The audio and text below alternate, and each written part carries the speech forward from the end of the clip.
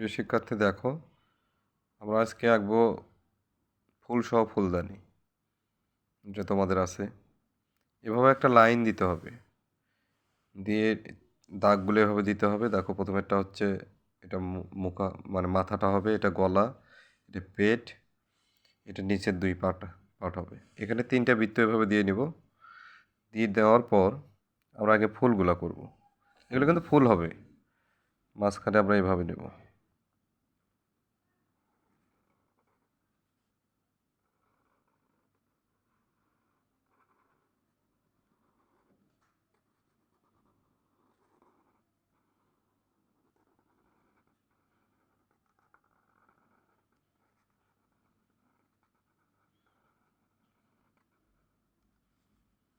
এভাবে ফুল নিলাম, আবার এখানেও একটা নেব।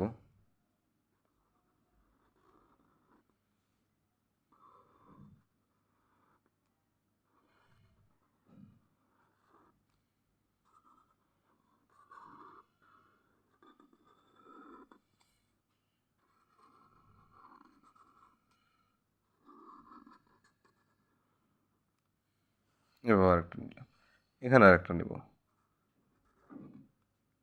মানে একই ফুল হলেও সমস্যা নাই, আর বিভিন্ন ফুল দিলেও সমস্যা নাই। এখন যদি মনে করে যে না, আমারটা একটু গর্জিয়াস লাগবে, যেন অন্য কারোর থেকে আলাদা হয়, তাহলে অন্যান্য ফুল দিবা। এভাবে ফুলগুলো করে নিলাম। কিন্তু এখন এই ডাটাগুলো কীভাবে দেবো? ডাটাগুলো এখানে নিয়ে আসবো একটা, তো এখানে আসার পর একটা কলি যেতেই পারে, স্বাভাবিক। কলিগুলো এভাবে দিতে পারো। এটা খুব সাধারণভাবে দেখাচ্ছি। দেখো, এখানে একটা গেছে, তো এখানে আমরা যদি ডালও দিই, আবার এখান থেকে একটা মনে করে যে পাতা দেবো, ধরো এখান থেকে একটা পাতা দিলাম।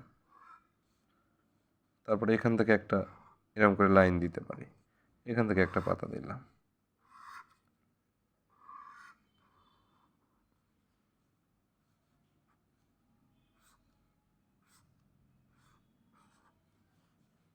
এখান থেকে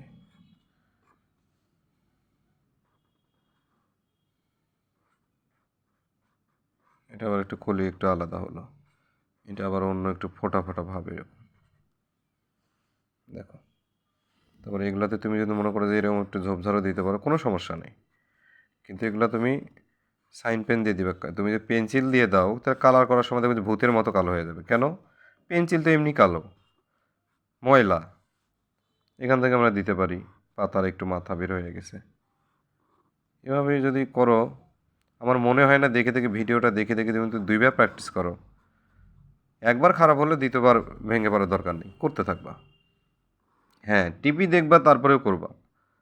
টিভি দেখতে দেখতে তোমার ড্রয়িং করা যায়, এমন না যে তোমার শব্দ শুনলে সমস্যা হবে এরকম। আর যারা টিভি দেখে না এই বয়সে, তারা তো আরও ভালো তাদের।